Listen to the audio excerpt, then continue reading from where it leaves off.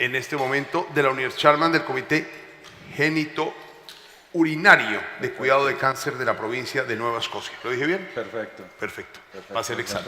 Sí, Doctor, bien. bienvenido. Muchas gracias por estar con nosotros. Recibámoslo con un aplauso. Doctor, para iniciar es necesario que abordemos uno de los temas más controversiales, más, digamos, que lleva y que llama a dudas. La secuenciación. Con tantos tratamientos disponibles en los últimos años es importante escuchar la opinión de un experto. Ustedes se basan en evidencia científica para tomar las decisiones del tratamiento. ¿Qué datos hay al respecto? ¿Y es robusta esta información? Bienvenido y adelante con la presentación, doctor. Ok, gracias Margarita, gracias Alfredo. Primero quería darle el agradecimiento a Estelas por invitarme a venir aquí a Cartagena a ver tantos amigos y colegas que no veía hace muchos años, hace 19 años. Oí algunos apodos que no veía hace 20 años y he departido muy buen tiempo con ustedes. Y también quiero agradecerle a Estelas ponernos a trabajar a Ray y a mí, con unos comunicadores profesionales para resaltar las falencias de oradores que tenemos.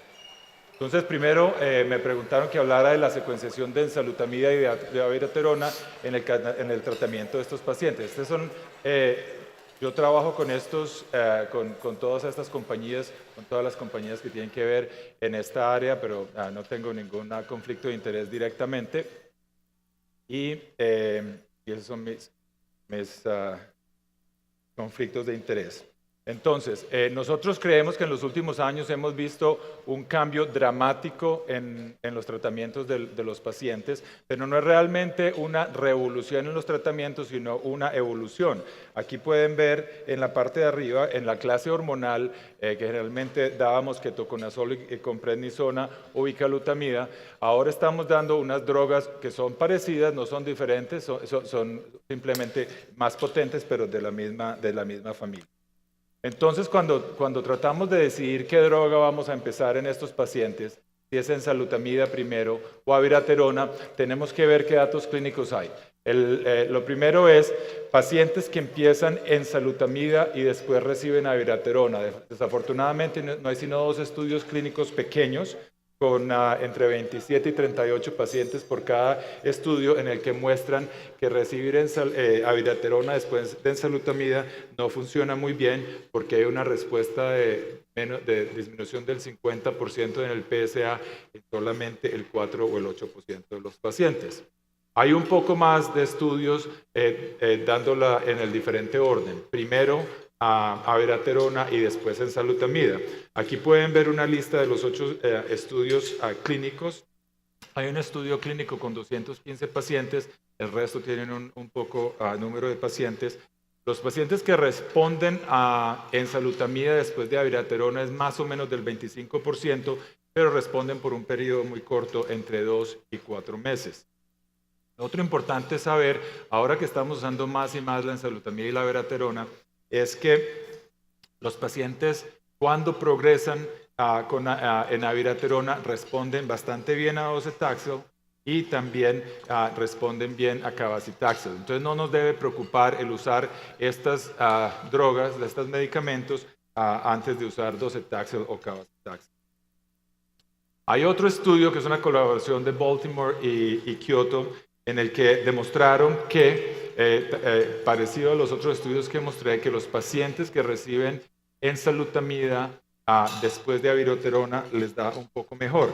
Aquí pueden ver cómo al principio en disminución del PSA, cuando empiezan con ensalutamida primero, la disminución es del 55%, mientras que con abiraterona es 48%, pero si la ensalutamida es la segunda, la disminución es del 29%.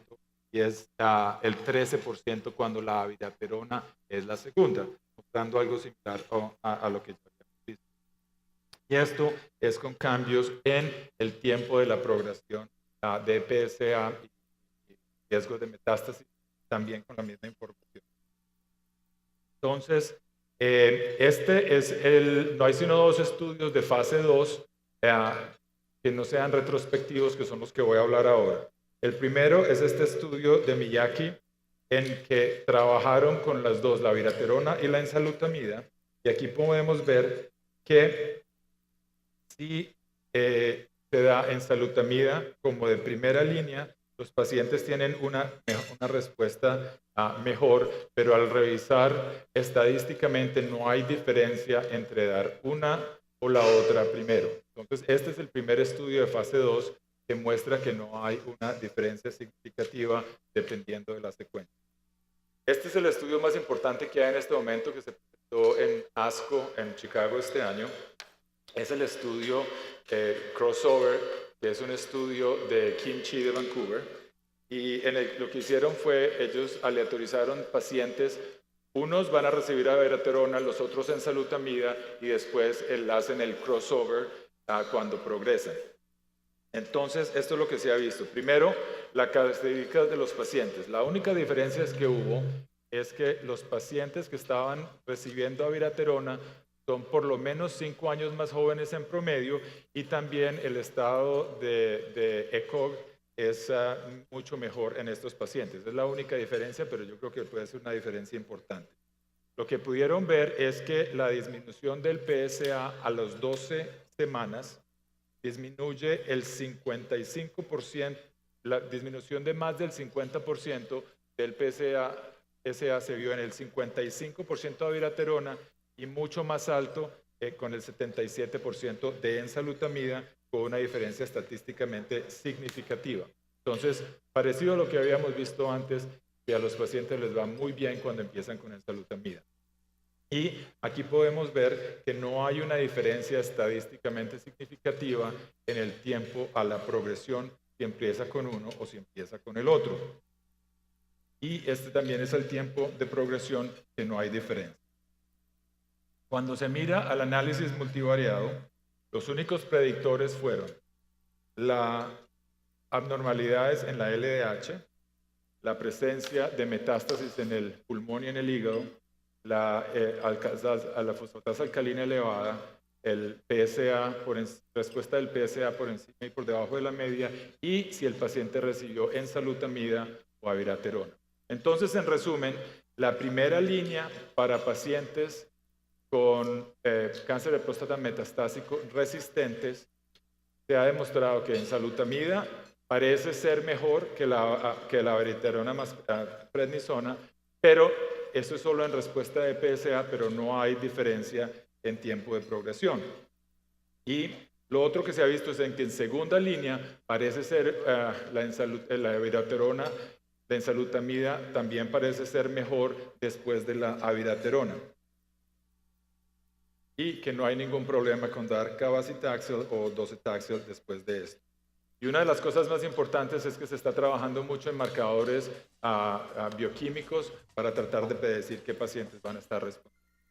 Entonces, para cuando miramos al consenso de St. Gallen, para los que no los conocen, todos los expertos del mundo se reúnen en St. Gallen, y este año se reunieron en marzo, y ellos primero presentan toda la información y después cada uno de ellos vota a las preguntas que hicieron. Y entonces esto fue lo que dijeron en el consenso. Primero, que la mayoría de los pacientes deben recibir estas drogas como tratamiento primario, la una o la otra.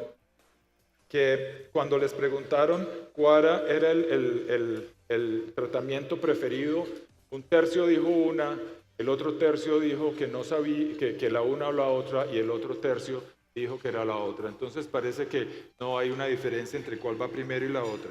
Lo que sí parece estar claro es que hay algunos pacientes que deben recibir una primero que la otra. Pacientes que necesiten medicaciones para tratamiento de diabetes, parece ser mejor con enzalutamida, pero pacientes que estén ya muy debilitados por varios motivos, sea físico o mental, la abiraterona parece ser un poco mejor. Gracias.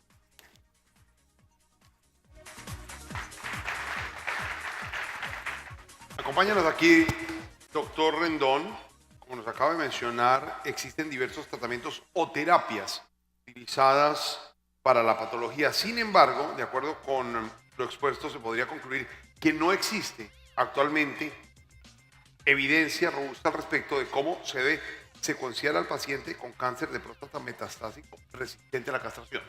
De acuerdo. Hasta este momento No, hay evidencia de que no hay una gran diferencia. Cuando tengamos resultados a más largo plazo, yo creo que pronto, en 1 o 2 años, vamos a ver si una secuencia es mejor que la otra.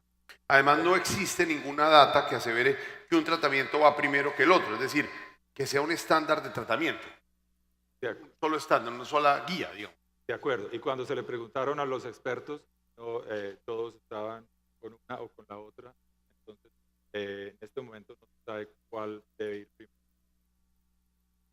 Margarita, ahora otro tema a revisar y tener en panorama claro son los perfiles de seguridad de estos medicamentos definidos para el cáncer de próstata metastásico frente a la castración, como son enzalutamida y Abilify. Así es, y para responder a este interrogante tenemos a otro especialista en el área. Recibamos por favor al doctor Ray Mané, quien realizó estudios de oncología clínica del Hospital Universitario 12 de octubre en Madrid, España. Doctor tiene un máster de oncología molecular del Centro de Estudios Biosanitarios del Colegio Europeo de Oncología y actualmente es oncólogo clínico de SOEX. Bienvenido. Muchas gracias, José Alfredo. Muchas gracias, Margarita.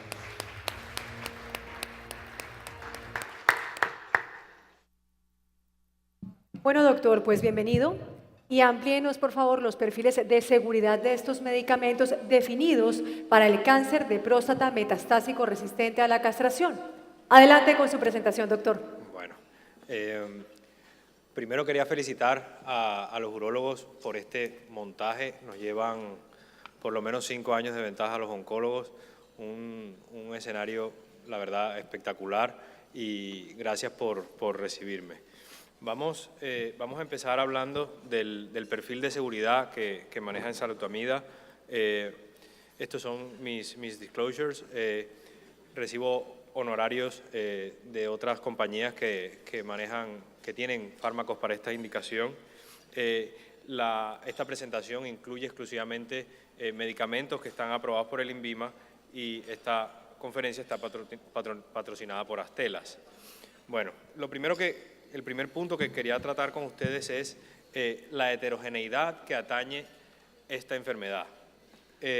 Todos ustedes saben que esto es una enfermedad de pacientes mayores, pero que cada vez estamos viendo más que están afectos pacientes de alrededor de los 50 años, que la clínica de presentación también puede ser muy heterogénea, que hay pacientes jóvenes sin síntomas urinarios que a raíz de una elevación del antígeno son diagnosticados de esta enfermedad, aunque también lo más habitual es ver un paciente con clínica urinaria de meses o años de evolución que termina siendo un adenocarcinoma de próstata. Y hay una gran variedad de situaciones funcionales en nuestros pacientes y comorbilidades que nos hacen pensar en algún tratamiento o en otro, y que nos hacen dudar a la hora de decidir cuál tratamiento es el mejor para ellos. Y si la presentación clínica es complicada, acuérdense de los patrones de Gleason que están descritos. Hay enfermedades también diferenciadas como esta, con unas glándulas muy bien formadas y que tienen, desde el punto de vista histológico, no tienen mucha diferencia con el tejido normal, hasta células, tejidos muy anaplásicos con formación de nuevos vasos y que rayan con la enfermedad neuroendocrina de célula pequeña.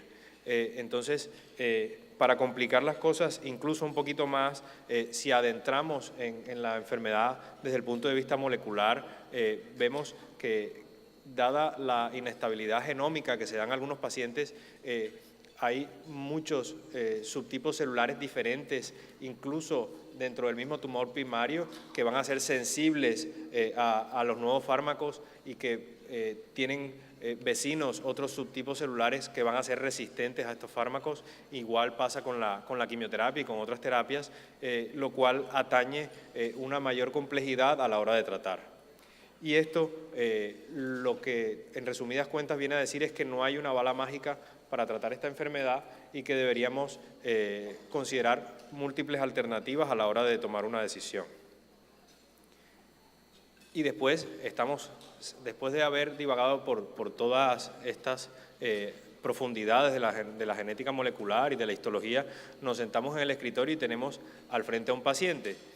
Un paciente que todos ustedes saben que cuando viene con la mujer es una consulta de 15, 20 minutos. Si viene solo, son 5 minutos, porque el señor no expresa mucho sus necesidades, porque el señor se siente vulnerable ya con el hecho de tener una enfermedad y no lo expresa, y no solo que no lo expresa, sino que se quiere ir rápido de ahí, quiere que le den su tratamiento, irse para su casa tranquilamente. Hay múltiples necesidades diferentes dependiendo del estilo de vida de cada paciente, entonces todas esas cosas tenemos que valorarlas. Hay pacientes que quieren vivir mejor, que son la gran mayoría, hay pacientes que quieren vivir más. En realidad todos los pacientes quieren vivir más o solo necesitan una mejoría en sus síntomas. Hay que tener muy en cuenta, nosotros como oncólogos somos los primeros que fallamos es en el manejo de los síntomas urinarios, que ustedes nos dan un gran apoyo en ese sentido. Tenemos que empezar a mejorar el manejo del dolor y a tener muy en cuenta las interacciones, como hablaremos más adelante, y también a la hora de decidir un tratamiento o el otro, tenemos que pensar en que el paciente en su independencia, en su vida social, en el control de sus comorbilidades y en su estilo de vida. Hay pacientes que yo, que vivo en una zona que está rodeada de área rural, tengo pacientes que viven en su finca tranquilos, que no quieren estar viniendo cada 2, 3 semanas y que tengo que intentar adaptar yo esas necesidades con el tratamiento que le voy a ofrecer.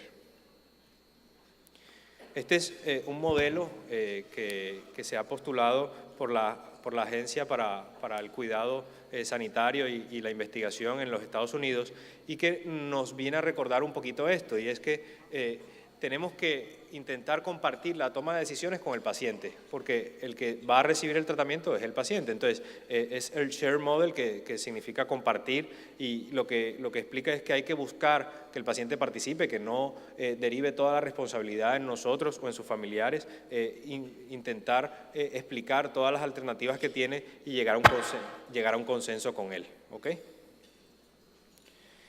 ¿Cuáles son los síntomas más frecuentes de esta enfermedad? Uno puede llegar a pensar que como esta enfermedad tiene un alto potencial de generar dolor por la afectación ósea que genera, ese no es el síntoma más frecuentemente referido por los pacientes. A diferencia de esto, los pacientes se quejan más de debilidad, de pérdida de apetito, interferencia con el sueño, que no descansan bien, y el resto de síntomas que están en la gráfica, lo que nos vienen a recordar es que tenemos que tener cuidado con las cosas que contribuyen a que se genere un círculo vicioso y que tenemos que evaluar todos estos síntomas durante la consulta. Como les acabo de decir, como les acabo de recordar, los pacientes muchas veces intentan ignorar sus síntomas, y una de las formas que tenemos para evaluar eso es esta encuesta que se hizo a través del laboratorio Bayer, que se dedicaron a hacer una encuesta en más de 927 pacientes con cáncer de próstata y en más de 400 de sus cuidadores. Entonces, lo que se dieron cuenta es que el 45% de los pacientes muchas veces va a ignorar sus síntomas, que el 40% de las veces los pacientes que tienen metástasis óseas duraron alrededor de 7 meses hasta decir que les dolía, ¿ok? Y el 56% de ellos admitieron que prefieren no referir que tienen dolor, ¿ok? Entonces, más o menos la mitad de los pacientes admitieron, a pesar de lo tercos que somos los hombres, que trasladan la responsabilidad de la toma de sus decisiones y de su tratamiento a su cuidador. Muchas veces es la mujer, es la hija, la que se encarga de todas sus decisiones. Entonces, teniendo en cuenta eso, también hay estudios que muestran que nosotros ignoramos sus síntomas. Este es un estudio francés liderado por el doctor Fisasi. El doctor Fisasi, si se acuerdan, fue el que presentó el estudio Latitude ahora en Chicago, en ASCO, y se dedicó en este estudio, que es un estudio que probaba quimioterapia con docetaxel, se dedicó a medir qué tanto se consigna en la historia clínica por parte de los médicos los síntomas. Y le hacía una encuesta a los pacientes para ver qué tanto coincidía eso. Entonces, este estudio se llevó a cabo en Francia, en centros con gran acopio de pacientes con cáncer de próstata, es decir, gente que sabe lo que hace teóricamente. Y pueden ver en las curvas, en las gráficas, que todas las líneas azules son los síntomas referidos por los pacientes. Y ven que al lado hay una línea roja mucho menor, que son los síntomas referidos por el médico en la historia clínica. Entonces, ¿qué pasa? Lo típico que pasa en las consultas, que el médico viene sin su mujer, que el paciente viene sin su mujer, el médico no debería estar con la mujer trabajando, que el paciente viene sin su mujer, se quiere ir, no refiere bien los síntomas, uno tiene otros 20 esperando y no pregunta todo lo que tiene que preguntar, no asesora todo lo que tiene que asesorar y no lo consigna en la historia clínica. Entonces, son síntomas tan frecuentes como el manejo del dolor, siempre lo estamos infraestimando, los síntomas urinarios, la disfunción sexual, que como nosotros sabemos que eso no tiene una solución muy interesante, pues solemos ignorarla y deberíamos intentar asesorar al paciente para que busque alternativas a su problema. También ignoramos mucho la alopecia y la ganancia de peso. A pesar de que la ganancia de peso se sabe que es un factor determinante, no solo para detrimento en la calidad de vida, sino en la progresión de la enfermedad. ¿Okay? Y esto lo midieron a los 3 y a los 6 meses. Y en ambos casos, a pesar de que ya vamos conociendo más al paciente, no somos capaces de hacerlo mejor. ¿Okay? Este es el mismo estudio que presentaba el doctor Rendón y que lo traje a colación para mostrar head to head cómo es la toxicidad de una droga y la otra. Podemos ver que la abiraterona tiene casi el doble de tasa de hipertensión grado 3-4 al compararse con enzalutamida. También genera más alteraciones de las transaminasas, pero la enzalutamida tiene un poco más de fatiga, alrededor de un 10-12% más, y lo típico de la enzalutamida, que siempre hay un bajo porcentaje de pacientes que sufren convulsiones. Estos, un par de tablas resumen que nos muestran cómo es la toxicidad de la enzalutamida en particular, y podemos ver en la tabla azul cómo era la mediana de duración de tratamientos de 17 meses y cómo al aumentar el tiempo de seguimiento esa toxicidad no cambia mucho. Es decir, que el paciente que va a hacer una toxicidad, esa toxicidad no va a aumentar por estar más tiempo en tratamiento. ¿Okay? Entonces, vemos que la tasa de eventos adversos mayores a grado 3 les recuerdo que son aquellos eventos adversos que requieren una intervención médica con relativa importancia y es una tasa, la verdad es que bastante baja si lo comparamos con la quimioterapia, con unas interrupciones de alrededor del 6% para los pacientes que están en tratamiento. Aquí quise resaltarles que después de una mediana de 18 meses de seguimiento, la tasa de abandono por culpa de la toxicidad es solo del 6% de los pacientes. Como veremos más adelante, en la abiraterona es un poquito mayor. Estos son los eventos adversos más comunes. Vean que comparándolo con placebo no hay mucha diferencia. Estamos hablando de fármacos, la verdad, muy seguros y muy bien tolerados, como ustedes saben. Vean cómo ya de manera basal los pacientes siempre se están quejando de cansancio porque no tienen una enfermedad banal, es un cáncer metastásico y la astenia, al comparar enzalutamida con placebo, aumenta alrededor de un 10% de las veces. Que esa astenia no es de mucha importancia porque solo alrededor del 2% de los pacientes requieren algún tipo de intervención.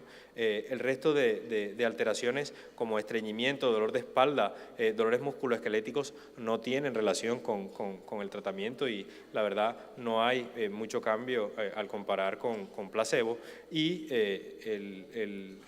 la tasa de hipertensión al compararla con placebo sí es mayor, pero los eventos adversos grado 3 son menores del 10% casi siempre. Cuando vamos a ver la toxicidad de abiraterona, por comparar, vemos que la tasa de eventos adversos, estas son dos tablas que muestran bien esto, la tasa de eventos adversos que llevan a la discontinuación del tratamiento es alrededor del 10%, un poco mayor que para el ensalutamida, como les decía.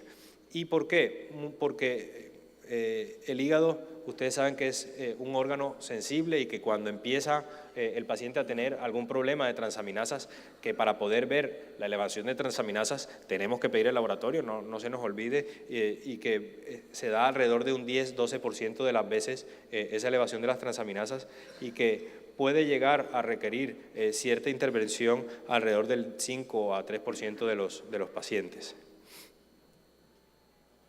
Esta es otra tablita que muestra los eventos adversos más frecuentes en el tratamiento con abiraterona.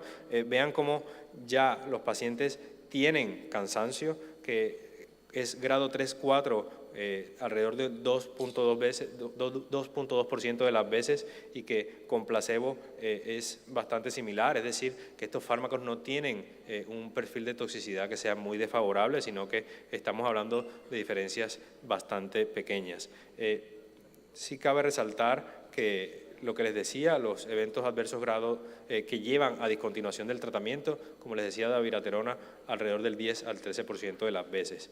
Y otra de las cosas que hay que tener en cuenta y hay que tener cuidado con la abiraterona es la tasa de hipertensiones, ¿okay?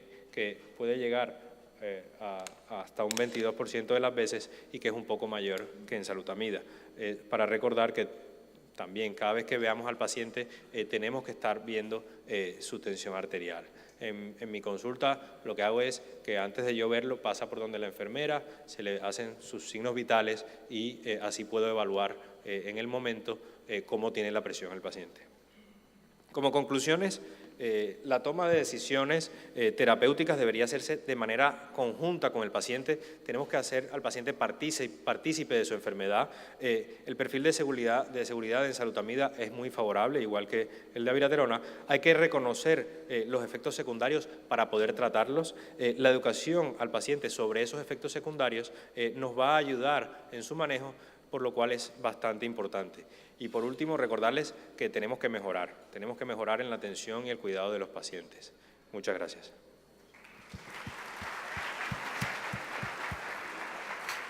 El doctor Mané nos presentó el perfil de seguridad de estos medicamentos, con lo que concluimos que cada paciente debe recibir el medicamento apropiado para sus necesidades clínicas basados en condiciones individuales. No existe una terapia única para todo paciente. Doctor Rendón, ¿está de acuerdo en esto? Sí, Jorge Alfredo, completamente de acuerdo con lo que Ray presentó. Una de las cosas que es muy importante y que lo trajo a colación es que estos pacientes requieren más tiempo. Este no es el paciente que como nosotros como cirujanos podemos ver en 2 minutos. No hay ninguna tabla ni ningún sistema de evaluación donde los pacientes puedan responder cómo se están sintiendo. Yo tengo una clínica donde tengo 3 enfermeras que trabajan conmigo viendo estos pacientes, y ese tiempo que ellos pasan conversando con las enfermeras, como lo decía el doctor Mané, con la esposa, con la hija, con la sobrina que los están cuidando, es muy valioso para poder tomar las decisiones al final de qué droga va a recibir este paciente. Gracias, doctor Rendón. Doctor Mané, estos pacientes seguramente toman varios medicamentos al mismo tiempo para tratar sus enfermedades o sintomatología. ¿Qué pasa entonces con las interacciones medicamentosas? ¿Hay riesgo? Sí hay riesgo. Como vamos a ver más adelante en la presentación, hay riesgo de interacciones con otros medicamentos. Al tratarse de una enfermedad que se da en población adulta, la incidencia de otras enfermedades como hipertensión, como enfermedades cardiovasculares, eso es muy importante y eso requiere unos tratamientos que debemos tener en cuenta a la hora de tomar decisiones. Gracias, doctor Mané. Ahora sí lo invito para que tome este lugar. Y aclaremos en este momento mensajes escuchados, porque hay un porcentaje limitado de pacientes tratados con abiraterona y ensalutamida que tengo entendido producen una alteración que limita la efectividad de estos medicamentos.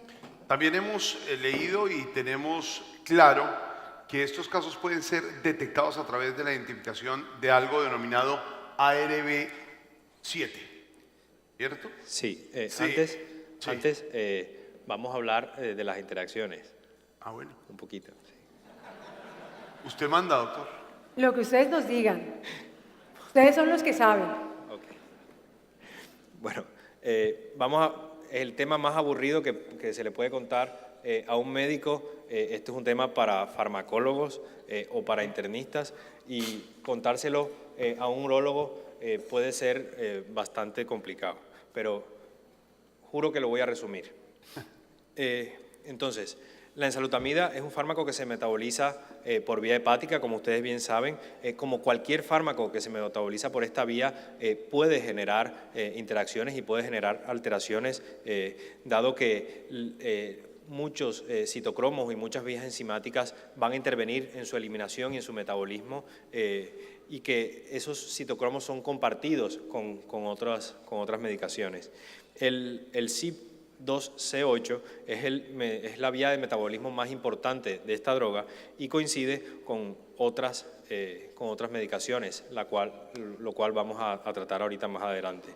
Fármacos que utilicen esa misma vía deberían evitarse o usarse de manera cuidadosa.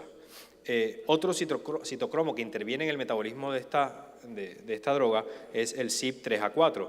El CYP3A4 va a generar un papel secundario en el metabolismo de este fármaco, y los fármacos que interaccionen con este citocromo no van a alterar mucho su concentración plasmática y su eficacia. Como advertencias y precauciones, aquellos fármacos que inhiban de manera potente este citocromo pueden aumentar las concentraciones plasmáticas de enzalutamida y, para empezar, no deberíamos mezclarlos. Si en el peor de los casos tenemos que utilizar los dos fármacos, lo que recomienda la ficha técnica y lo que recomienda la farmacología clínica es disminuir la dosis a 80 miligramos una vez al día. ¿Okay? Si se suspende la administración del otro fármaco, que muchas veces esto suele ocurrir con infecciones intercurrentes, se vuelve a la dosis normal de enzalutamida una vez suspendido el otro. En cuanto a las formas de interacción con otros medicamentos, los fármacos que modifican el efecto de enzalutamida pueden aumentar o disminuir su concentración plasmática y su eliminación. Cuando la enzalutamida modifica otros fármacos, lo que puede ocurrir es que aumente su toxicidad o disminuya su eficacia. Entonces, fácil en una foto y sencillo. Inhibidores e inductores del CYP2C8 van a intervenir, como ya les dije, en la eliminación del fármaco. Entonces, el más frecuente inhibidor es el gemfibrosilo, que en esta población la verdad es que se usa de manera relativamente frecuente, y esto puede aumentar las concentraciones de enzalutamida. Como les decía, si necesitamos utilizar los dos fármacos al mismo tiempo, lo que debemos hacer es bajar la dosis de enzalutamida a 80 miligramos y, una vez seamos capaces de quitar el gemfibrosilo, poner las dosis habituales. Un inductor muy frecuente de este citocromo es la rifampicina.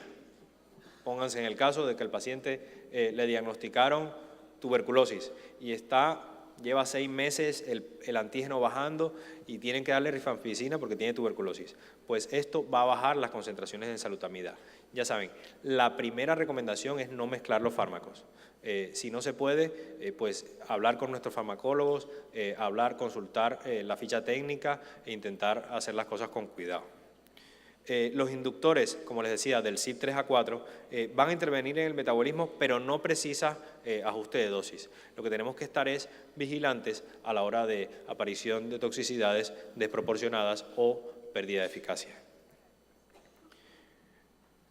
Otros fármacos que requieren precaución y dado que tienen un estrecho margen terapéutico, son sustratos del transportador, de la proteína transportadora GP. Esto va a aumentar la concentración del fármaco porque la enzalutamida va a competir con esa transportadora. Entonces, la colchicina, el dabigatran, el ectexilato o la digoxina pueden tener su concentración aumentada si se usa de manera concomitante. Entonces, tener cuidado no solo con los citocromos, sino con las proteínas transportadoras del fármaco. Esta es una tablita que les puedo compartir para recordar que hay analgésicos que utilizan estos mismos citocromos y que tenemos que tener cuidado, como son el fentanilo o el tramadol, que si se nos ocurre mezclar enzalutamida con quimioterapia, no deberíamos usarla con cabazitaxel porque el cabazitaxel utiliza el mismo citocromo. También puede generar interacciones con anticoagulantes como el acenocumarol o la warfarina y tener cuidado con algunos betabloqueantes como el bisoprolol o el propanolol. ¿Okay? Recordar que fármacos de uso frecuente como la atorvastatina o la simvastatina usan el CYP3A4, pero eso no requiere un ajuste de dosis, sino una vigilancia estrecha.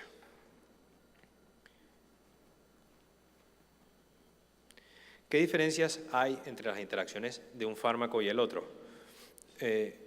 Ambos fármacos se van a activar y se van a metabolizar por vía hepática. Por este motivo, ambos van a tener citocromos que intervienen en el metabolismo y que pueden alterar tanto la toxicidad como la eficacia. Estos son un listado de los citocromos sobre los cuales actúa cada una de las drogas para que lo tengan en cuenta. Pero para facilitar las cosas un poco más, hay estas dos grandes bases de datos que nos permiten ver en un momentico en Google las interacciones que puede tener el fármaco si tenemos dudas y ver si podemos utilizar alguno de estos dos fármacos en combinación con alguno de los medicamentos que tome el paciente. No toma mucho tiempo, la verdad, y es mucho más seguro al paciente. ¿Qué pasa? Las bases de datos nos muestran que hay interacciones más importantes, que muchas de las posibles interacciones son teóricas in vitro, que no se han comprobado in vivo, pero que nos obligan a estar siguiendo al paciente y tener atención. En cuanto a la viraterona, las bases de datos nos muestran los fármacos con los que puede interaccionar y recordarles que ninguna de las dos bases de datos muestran las potenciales interacciones de la prednisona. ¿Okay? Cuando un paciente está tomando prednisona, el uso de AINES debería ser por lo menos tomado con cuidado para evitar toxicidad no solo a nivel renal, sino a nivel gastrointestinal, y son pacientes mayores, entonces tenemos que tener cuidado con esto. Como conclusiones, ambos fármacos se metabolizan en el hígado, ambos fármacos intervienen con varios citocromos y enzimas, las interacciones consisten sobre todo en disminución de las concentraciones de ambos fármacos, con lo que esto puede disminuir su eficacia, entonces tenemos que tener cuidado. El perfil de interacciones nos va a guiar a la hora de tener que hacer cambios terapéuticos por fármacos, entre comillas, menos importantes. Las interacciones hay que tenerlas en cuenta en todos los fármacos que se usan en oncología y es algo a lo cual el oncólogo se está enfrentando en su práctica habitual. Entonces, no duden en hablar con su oncólogo de cabecera, no duden en consultar y muchas gracias. Doctor Mané, muchísimas gracias a usted y creo que a todos nos ha quedado claro el tema de las interacciones. ARB7, doctor Rendón, ¿se considera imperativo realizar esta prueba antes de comenzar el tratamiento? Parece como la solución, doctor Rendón. Gracias, señor Alfredo. Cuando me invitaron aquí a hablar de esto, me llamó la atención que estuvieran tan enfocados en el ARB7. Entiendo que aquí hay laboratorios haciendo ARB7. Yo nunca he pedido una ARB7, entonces en vez de enfocarnos solamente en el ARB7, vamos a hablar un poco de eso, pero también vamos a hablar de otros predictores de pronósticos. Entonces, una de las cosas más importantes es que no todos los pacientes con carcinoma refractario son los mismos, y es la labor de nosotros establecer cuáles son los pacientes que necesitan una u otro tratamiento o que no necesitan tratamiento, pero podemos establecer el pronóstico Entonces, hay muchas formas en las que podemos establecer el pronóstico. Hay unos marcadores de pronóstico cuando vemos al paciente antes de iniciar el tratamiento y hay otros para ver cómo están respondiendo al tratamiento. Aquí pueden ver en la lista de la izquierda, hay varios de antes del tratamiento y en la derecha varios del tratamiento y vamos a hablar de alguno de ellos. Primero vamos a hablar de los de antes del tratamiento.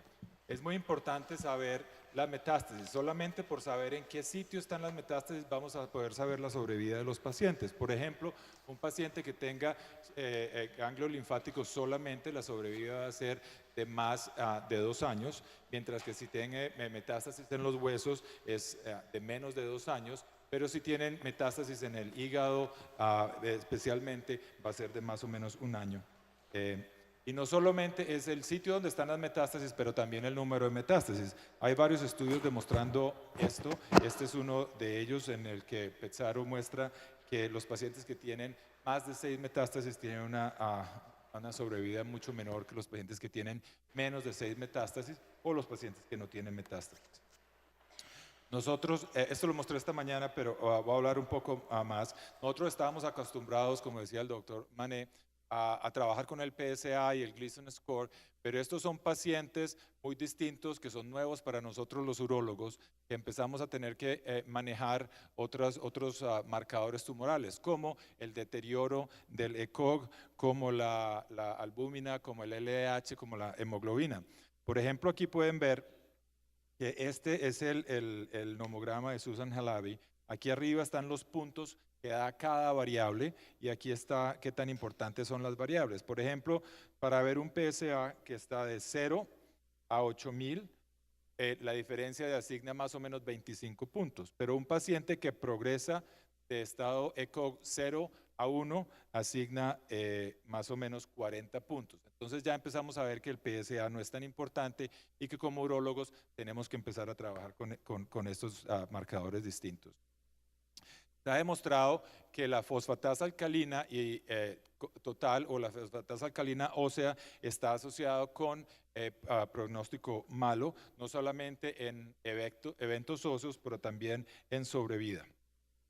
En cuanto a los pacientes que están recibiendo tratamiento, también hay marcadores que se pueden usar para ver si están respondiendo. Uno de ellos es la respuesta de PSA y se ha demostrado que hay varias formas de medirlo. Uno es la disminución de PSA de más de 30% o de más de 50% y estos están asociados con mayor sobrevida y con progresión radiográfica o progresión total y respuesta de mejoría del dolor. Entonces, todavía hay que seguir mirando el PSA, pero no como el valor absoluto, sino por los cambios de nivel. En este otro estudio también, en vez de demostrar el cambio del PSA, es el cambio rápido de PSA. Lo que hicieron fue tomar PSA a los 15 días de iniciar la abiraterona en este caso, y después cada mes, y lo que se dieron cuenta es que pacientes que tuvieron una respuesta de más del 50% a los 15 días tuvieron una sobrevida dramáticamente mayor que los pacientes que no tuvieron una mejoría. Y este es un estudio similar, pero usando los dos, la abiraterona y la enzalutamida, en que muestran que la sobrevida es mejor en los pacientes que responden rápidamente, y aquí pueden ver que los pacientes que no responden rápidamente, la sobrevida es más o menos de 16 meses, mientras que es de 32 meses para los pacientes que tienen una disminución rápida del PSA. Entonces, esto es un marcador fácil y muy importante y asequible. Cuando miramos al estudio del 13-2 Cougar de abiraterona, también podemos mirar la fosfatasa alcalina. En la fosfatasa alcalina puede predecir la progresión radiográfica, la progresión total o la progresión de sobrevida. Entonces no se les olvide la fosfatasa alcalina. Y no solamente con la abiraterona en la enzalutamida, sino que también cuando se usa en docetaxel, la disminución de la fosfatasa alcalina es predictora también de respuesta y de sobrevida independiente de la reducción del PSA. Y no solo en docetaxel, la viraterona y enzalutamida, sino también cuando se usa el radio 223. Y aquí en esto podemos ver que una sobrevida se puede discriminar fácilmente en diferentes niveles de fosfatasa alcalina. Entonces hemos visto que el PSA y la fosfatasa alcalina son muy importantes.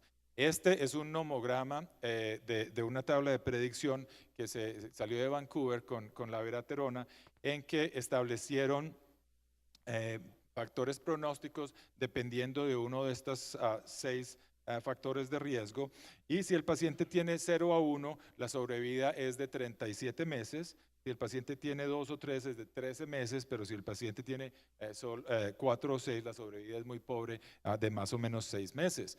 Y esto fue validado en un estudio español que mostró exactamente lo mismo. Entonces hay que estar mirando todos estos nomogramas y los resultados. Ahora sí, hablando del ARB7, este es el estudio con menos pacientes que se ha publicado más rápido y en el New England Journal. Entonces, lo que se presentó es que los pacientes que tienen ARB7 positivo responden muy poco a la viraterona, a la enzalutamida o a los taxanos. Y por eso fue que rápidamente, con muy pocos pacientes, fue publicado en el New England Journal. Y estos son los 8 estudios que se han publicado, todos más o menos con un número limitado de pacientes, y el estudio más reciente no fue positivo, todos los otros estudios fueron positivos. ¿Cuál es el problema con el ARB7? Primero, que los tumores circulantes se mantienen a muy pocas concentraciones. Hay muchos tumores mucho más agresivos, como el páncreas, como el pulmón, pero el cáncer de próstata no es tan agresivo como ellos, entonces las concentraciones son muy, muy, muy bajas. Entonces es como buscar una aguja en un pajar. Si la encuentra, va a ser muy útil, pero la gran mayoría de las veces no se va a encontrar. Si hablamos del consenso de St. Gallen, el 96% de los expertos dijeron que ellos no usan el ARB7 en la investigación de los pacientes. Yo nunca he pedido una ARB7. Entonces, en conclusión, no todos los pacientes que tienen carcinoma de próstata avanzado y resistente son los mismos.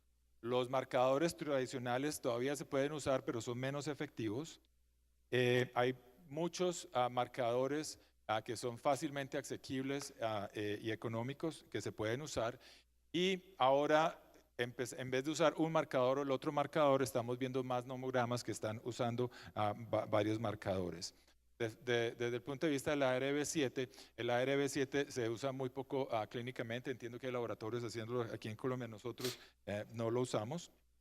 Y muy importante es que el ARB7 es un solo marcador genético. Hay muchos marcadores, y por eso les voy a mostrar esta diapositiva del estudio de la sombrilla, en que se puede ver que este ARB7 es solamente uno de muchos marcadores, como el BRCA, como la pérdida del RB1 y muchos otros, que nos van a ayudar a decidir cuál es el medicamento a escoger.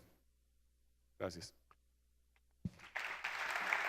Doctor, gracias, excelente explicación. Podemos concluir entonces que esta prueba genética ARB7 no es necesaria hacerla en la práctica clínica rutinaria, pero sí hay otros muchos marcadores que pueden pronosticar la sobrevida del paciente y la respuesta al medicamento. Margarita. Doctor Mané, ¿qué tiene usted que decir al respecto de esta prueba aquí en Colombia? Al igual que el doctor, ni siquiera en Colombia, ni siquiera en España, he tenido ni la oportunidad ni la necesidad de utilizar esta prueba. En Colombia creo que tenemos muchas prioridades por delante antes de usar una prueba que no se ha validado clínicamente y que no deberíamos estar utilizando, porque no es útil a la hora de guiar nuestros tratamientos. Pues es un hecho, porque con todo lo expuesto se han aclarado todas las dudas planteadas en nuestro. Doctores, ustedes dos han estado en otras latitudes, en otros lugares donde estos medicamentos tienen más tiempo de disponibilidad. ¿Nos pueden compartir estas experiencias con la ensalutamida? El Bueno, primero, si quiere, doctor Rendón. bueno, en Canadá el sistema de salud es un sistema de salud público. Las drogas son aprobadas primero centralmente y después cada provincia decide si va a pagar o no va a pagar por las drogas, pero estas drogas están cubiertas. Los médicos generalmente, así sean pagados por el Estado, tienen también incentivos económicos como tenemos en todas partes. Entonces, tenemos los mismos los conflictos aquí y conflictos en todas partes. Nosotros queremos mantener el paciente en nosotros para que no vaya a otras partes, exactamente igual a como pasa en Colombia, como pasa en Estados Unidos y en todas partes. Entonces, lo importante es que estas drogas están disponibles.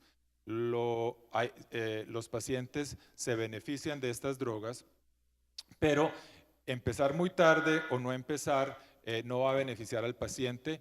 No darse cuenta de los efectos secundarios no va a beneficiar al paciente. Entonces, si uno va a empezar estos medicamentos, hay que hacerlo con mucho cuidado, hay que hacerlo con un soporte alrededor de uno y no son pacientes que generalmente se pueden ver en la consulta en 5 o 10 minutos. No sé qué el doctor Mané, ¿qué quiere decir? En mi experiencia en España, lo que hicimos fue ponernos de acuerdo y trabajar juntos. O sea, nosotros somos 4 oncólogos dedicados a tumores geniturinarios y teníamos 5 urólogos dedicados específicamente a la oncología. Entonces, lo que hacíamos era un seguimiento conjunto. Pautábamos el tratamiento en una junta, se decidía cuál tratamiento iba para cada paciente y a la hora del seguimiento lo que hacíamos era que una vez lo veía el oncólogo, otra vez lo veía el urólogo oncólogo y íbamos discutiendo todos los síntomas de manera conjunta. ¿Y ha podido reproducir eso aquí en Colombia? Todavía no, pero ahí vamos. Que nosotros en Canadá no somos tan civilizados. Hay conflictos de interés y si yo quiero ver a estos pacientes, los médicos oncólogos también quieren ver los pacientes y ha habido mucha fricción en Canadá, en Estados Unidos, que es donde tengo la mayor experiencia. No sé si el público tenga alguna pregunta acerca de estos medicamentos. Este es el momento en que abrimos un espacio de preguntas para el público, justamente.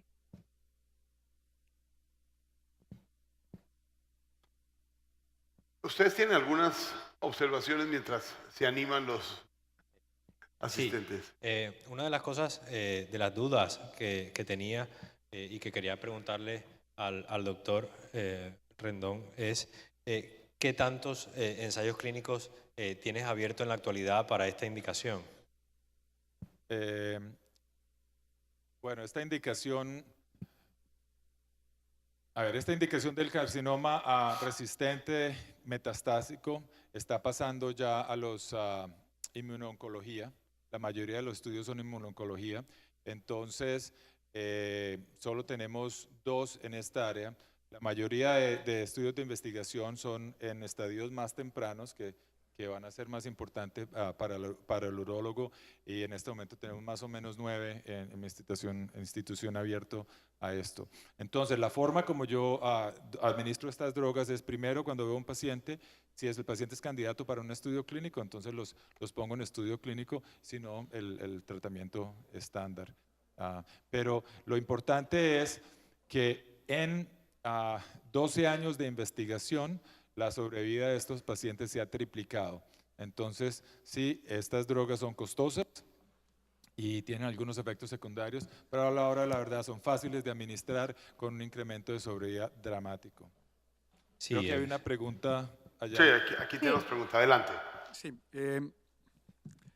yo quisiera conocer el concepto de ustedes con relación a la secuenciación, porque los estudios no son muy claros en cuanto a la efectividad, si el uso de cualquiera de estos 2 medicamentos puede ser seguido ante la falla por el otro medicamento, en este caso abiraterona, ensalutamida o viceversa.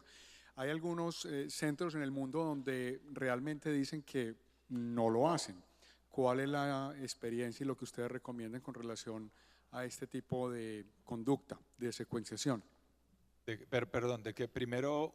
De que se dé inicialmente abiraterona y luego Sí. ensalutamida en caso de falla o viceversa.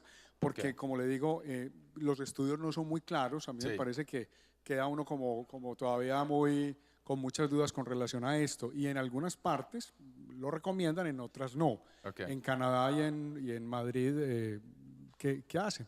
Sí, entonces nosotros no podemos, en Canadá en ninguna provincia no se puede dar ensalutamida después de abiraterona o el viceversa, porque los dos tratamientos son muy costosos. En la mayoría de las provincias cuando usa uno ya quemó el otro y no lo va a poder usar. Entonces el paciente pasaría a docetaxel y lo más seguro es que termine a cabazitaxel después de eso. Entonces, esa es la secuenciación. Yo creo que el usar uno después del otro no es muy beneficiario en este momento. Y cuando un paciente está progresando en uno, como les mostré en las diapositivas, la respuesta no solamente es lo mejor que responden es el 25% de los pacientes, pero son unas respuestas muy cortas de 2 a 4 meses y estos pacientes están progresando muy rápido. Cuando uno empieza a ver estos pacientes, no es la progresión de ganglios linfáticos, no es la progresión de óseos, de tejidos óseos, también terminan con tumores en la tiroide inmensos afectando las vías respiratorias, el hígado se les puede llenar de metástasis en 2 semanas. Entonces son pacientes que hay que tener mucho cuidado y por eso hay que pasar de una a quimioterapia más efectiva si están fallando. Entonces nosotros tenemos restricción por financiación, pero también clínicamente los pacientes no les va bien de una a la otra. No sé si Ray piensa distinto. En España. Sí, en lo que hacemos nosotros es primero evaluar bien al paciente. Como ustedes ven, en estos ensayos clínicos hay pacientes que llegan hasta tener 94 años, entonces no es blanco o negro como todo en medicina, pero sí no debería hacerse en la mayoría de los pacientes. Yo no lo recomiendo, yo intento utilizar aunque sea estrategias subóptimas de quimioterapia con tal de no hacer una secuenciación inmediata entre un fármaco y el otro, porque la experiencia clínica que he obtenido con estas, al hacer esto, ha sido muy mala. Y tuve la experiencia dentro de un ensayo clínico que era primero ensalutamida y a la progresión añadir abiraterona. Y la verdad es que incluimos alrededor de 10 pacientes, que es la experiencia que tuvimos, y los pacientes seguían progresando como si no estuviésemos haciendo ningún tipo de tratamiento. Entonces, es peligroso. Yo perdí pacientes dentro de ese ensayo. Hace 3 años esto no se sabía, entonces se pensaba que era una estrategia que podía tener cierta utilidad por el perfil de toxicidad, etcétera, pero yo perdí pacientes jóvenes porque siguen progresando aunque se reevaluaban a las 8 semanas. Entonces, yo no lo aconsejo. Si no tienes más nada que darle, si no sabes muy bien si el paciente vaya a aguantar quimioterapia, la recomendación es hablar dentro del equipo multidisciplinar para intentar llegar a una conclusión y a un tratamiento integral.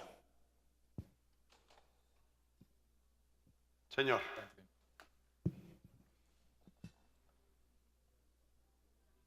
Te oigo y yo la puedo repetir. Ahí está. Hola. Sí, ahí lo vimos. Ahí lo vimos. Ahí está. Ok. En el paciente que debuta inicialmente con metástasis hepáticas, ¿comenzarías el uno o el otro? Dado que ambos su metabolismo pues tiene que ver con la parte hepática. Entonces, ese es el paciente más difícil, diría yo, el que debuta así. Ok, esa es una de uno de los pocos pacientes en los que la mayoría de las personas recomiendan empezar con quimioterapia citotóxica directamente, pero no todos los pacientes que tienen enfermedad de metástasis hepática son los mismos. Entonces, en este momento yo no estoy pensando en los efectos secundarios por el metabolismo hepático, yo estoy pensando en mortalidad por progresión de la enfermedad. Cuando ya hay metástasis hepáticas es mucho mayor, mucho más rápida. Entonces, pero hay diferentes pacientes. Si por ejemplo usted tiene un paciente que tiene 94 años y una par de metástasis hepáticas, igual yo voy a empezar una o la otra porque el paciente de pronto así el docetaxel es mucho mejor tolerado que cualquier otra quimioterapia, lo más seguro es que el paciente no vaya a recibir quimioterapia, siempre discutiendo con un médico oncólogo. Yo no soy el que decido si ese paciente va a recibir quimioterapia o no. Y lo otro es que si el paciente tiene muy poco volumen metastásico, porque estas drogas son fáciles de administrar y tienen pocos efectos secundarios, entonces hay muchas veces que yo los mando al médico oncólogo y el médico oncólogo de todas maneras trata de darles ensalutamida. Pero en este momento hay muchos estudios clínicos de investigación específicamente para esos pacientes, porque esos pacientes no responden muy bien a ninguna de las terapias que tenemos en este momento. Mil gracias. No sé, doctor Manera, ¿algo distinto? No, la verdad, hay que, viendo los ensayos clínicos, recordar que dada la aparición de aumento de transaminasas que se puede dar con abiraterona, estos pacientes fueron excluidos del ensayo en prequimioterapia y los cuales no fueron excluidos en el estudio Prevail de ensalutamida. Entonces, si vamos a pensar en alguno de los dos fármacos, deberíamos pensar en ensalutamida, pero siempre teniendo en cuenta que son enfermedades más agresivas y que lo primero que hay que pensar es en quimioterapia. Perfecto. Creo que no hay más preguntas hasta ahora. Doctores, muchas gracias. Muchas gracias a ustedes. Muy amables. Un aplauso para ustedes en esta explicación y experiencia, además, en otras latitudes, como hemos dicho, Margarita. Así es, hemos aclarado todas nuestras dudas. Les agradecemos por habernos acompañado, de los doctores también por toda la información que nos dieron. Y yo soy Margarita Ortega y esta fue una transmisión de Noticias de Última Hora. Los dos, como Alfredo Vargas, para el canal Streaming Internacional. Continúen ustedes y muchas gracias para todos. Buenas tardes. Feliz tarde.